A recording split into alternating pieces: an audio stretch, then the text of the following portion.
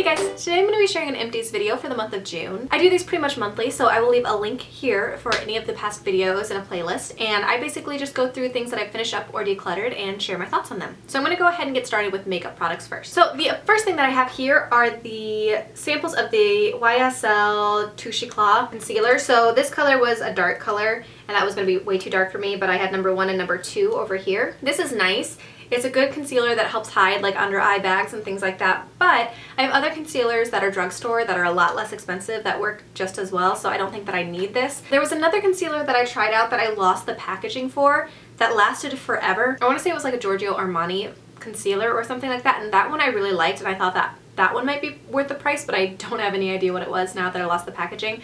But this one I think there are just as good drugstore dupes for it, so I don't think it's worth the money. I have a couple of Schwa samples here that I finished up. If you have never heard of Schwa before, it's a subscription service for higher end samples.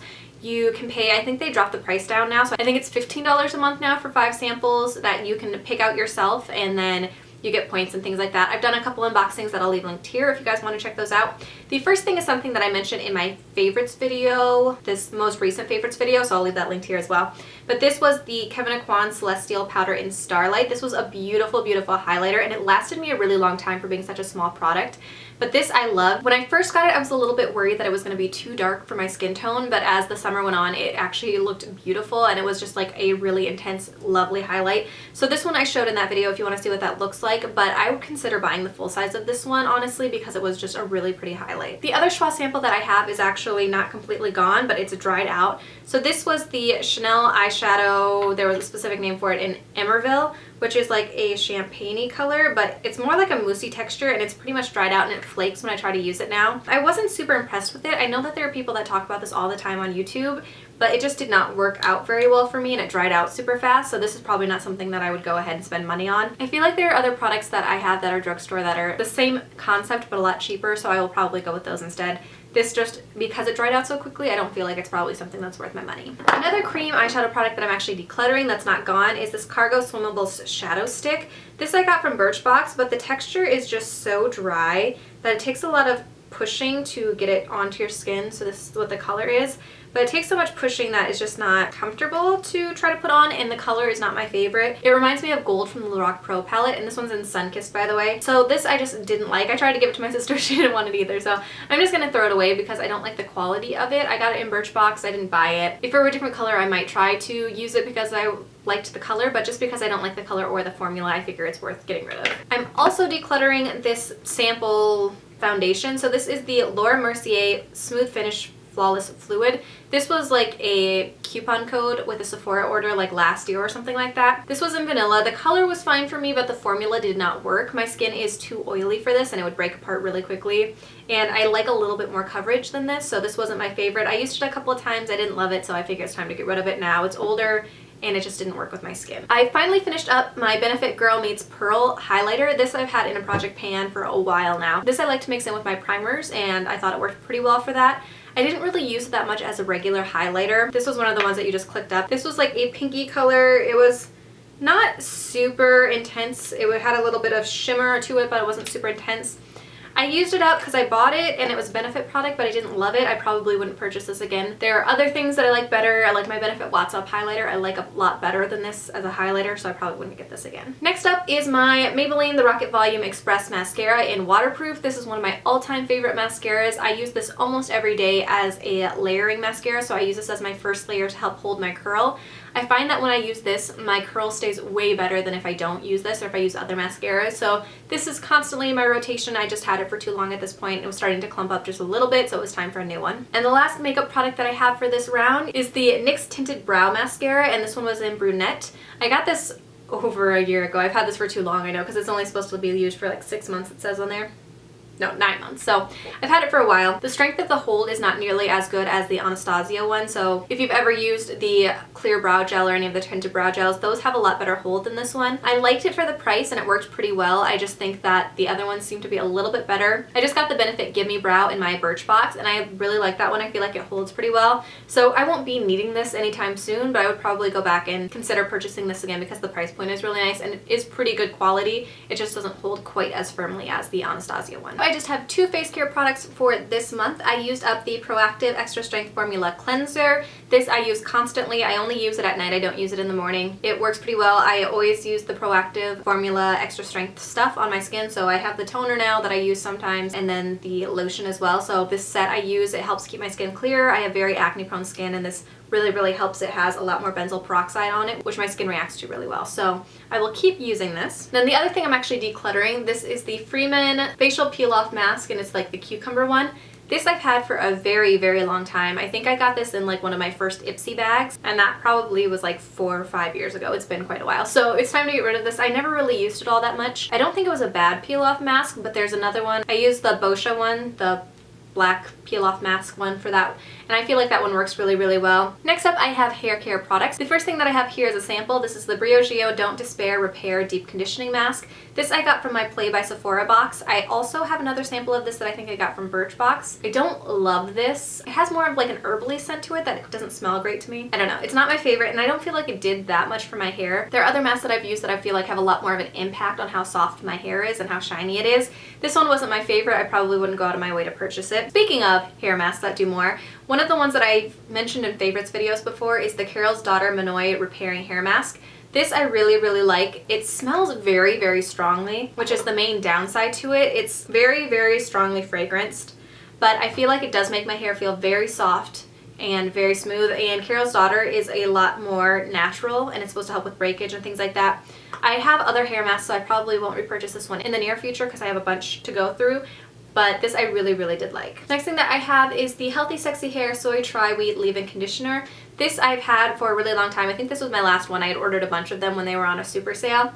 This I like. The smell isn't my favorite, but it works pretty well at detangling. I don't know that it did a whole lot for my hair, honestly. It's supposed to help it, but I don't know that it did that much, so I don't know that I would purchase this again. There's other ones that I'm interested in trying out, so this was good for what it was, but I didn't notice huge differences with it. I probably won't repurchase. The next thing that I have is a dry shampoo. This is the Living Proof Perfect Hair Day Dry Shampoo. I've talked about this in my Battle of the Dry Shampoo video, so I'll leave that linked here if you haven't seen that one. This one is probably the best dry shampoo that I've tried out in quite a while. It does a nice job of really absorbing the oils and not making my hair feel too greasy, and it makes it look a lot better. A lot of times with dry shampoos that I've tried out, they don't really make my hair feel that much better. Like, they look a little bit better, but then they feel really greasy. This one makes it feel a lot better and look better, but it does leave a white cast if you don't spray it in early enough. So this one I would try to make sure that I would spray in really early or the night before if I knew I wasn't going to wash my hair or something like that, and it would help a lot more that way. But this is a little bit more expensive, but it's probably the best one that I found in quite a while. The last hair product that I have is the Schwarzkopf Color Ultimate Flaming Reds Cocoa Red hair dye. Is there anything else to it? This was the last one that I dyed my hair, so my hair has a little bit of a reddish tint to it, but it's mostly on the brown side. It worked pretty well. I like it. It fades out really naturally, so it's not really obvious that my hair color is fading, so like it's a little bit lighter now. But I like the Schwarzkopf hair dyes. I feel like they work pretty well. I'd been using the John Frieda ones for a long time, and these tend to stay a little bit better. They don't fade nearly as badly as those did. So it's about time for me to re-dye my hair again. I'm getting some of the light streaks and stuff around the edges where I wash my face, but I really do like these hair dyes, and I'll probably continue to buy them. Next up are body care products, and I went through a ridiculous amount of lotion this month. I guess it's because it's summer and I have a little bit more time to put on lotion in the morning, but I used up some lotion. So the first things that I have are 2 of the Soap and Glory. They're like the body butter. So this one is the Righteous Butter, and this is the Sugar Crush Body Butter Cream. So they're pretty much the same thing. The Righteous Body Butter is my favorite. This one smells really good to me. It's just like a fresh kind of sweet scent that I really like, that's not too overpowering. This one smells too intensely for me that I don't really like it. It has like a lime scent to it that I don't really love.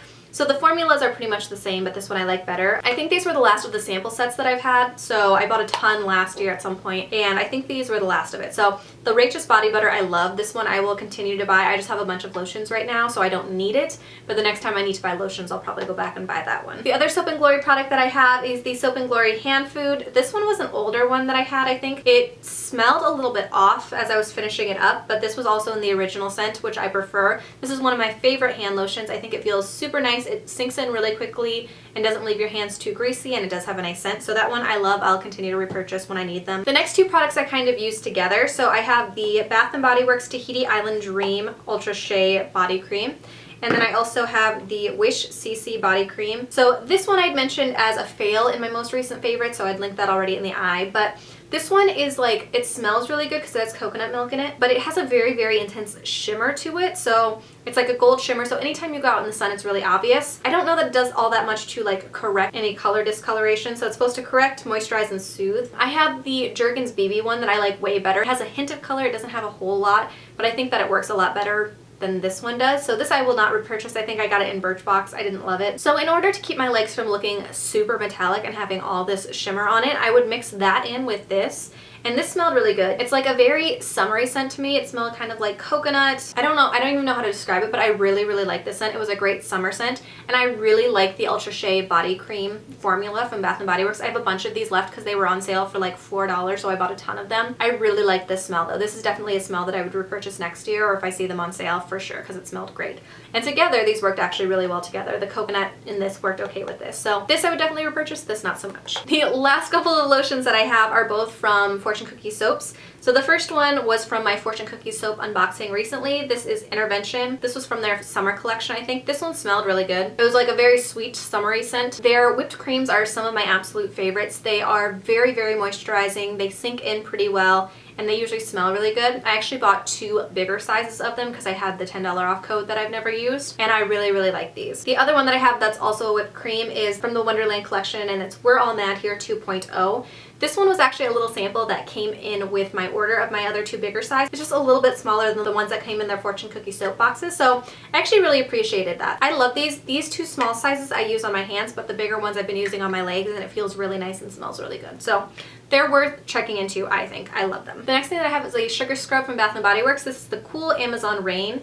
It's technically a sugarcane scrub. My sister got this for me last summer, I think, and it smelled super good. This lasted me a long time because I don't always use it, but it smelled very nice and summery. It was a really good sugar scrub. It would lather up, but it was really nice and exfoliating. I switched over to a Soap & Glory one today. I don't like it nearly as much because I felt like this one was a lot more exfoliating. I did get another one of these at their semi-annual sale, so I have another one of these in my backup. I really liked it. I would look into more of these because they smelled really good and they worked really well and they lasted for a long time. The next thing that I have is the Real Chemistry Luminous 3-Minute Peel, and this one's for body. I had actually picked this out, I think, as my sample for Birchbox because I thought it was the face one that everyone raved about, but it was the body one. This worked pretty well, so it's supposed to exfoliate. It's supposed to help with things like keratosis, eczema, body acne, ingrown hairs, blackheads, and whiteheads. I used this mostly on my legs. I had some bumps on the backs of my legs and I didn't know why necessarily, but I used this and they went away pretty quickly. The thing with this is you're supposed to use it when you're still wet from the shower and then you have to rinse it off, so it's kind of a pain to use, but I did really like it. I don't know that I would go to the trouble of finding it and purchasing it, but I did like it when I had the sample. Then I have 2 razor blades. So one of them is the Chic Hydro Silk razor blade. These are alright. I know that they're a little bit more expensive. I had gotten the razor from BzzAgent last summer, I think. And then I had like a coupon, so I used it and bought some of these. These are fine. This razor is okay for a while. It does have like a moisturizing strip on it, which is always nice. But I feel like the razor's just so little that it takes a little bit longer to shave, but it's fine. I like it okay. I probably wouldn't continue to repurchase this though because I like the Dorco razors a lot better. So these I talk about a lot.